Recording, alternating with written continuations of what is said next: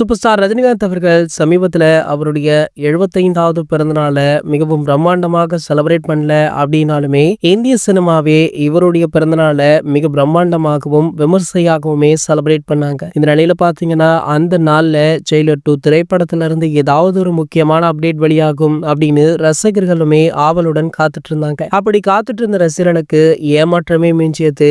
படக்குழுவுடன் சேர்ந்து super star அவர்கள் cake வெட்டிய புகைப்படம் மட்டும்தான் வெளியாச்சு. அதனை தவிர்த்து வேற எந்த அப்டேட்டுமே ரிலீஸ் ஆகல. அட்லீஸ்ட் தலைவர் 173வது படத்துடைய அறிவிப்பாவது வெளியாகும் அப்படின்னுமே எதிர்பார்த்தாங்க.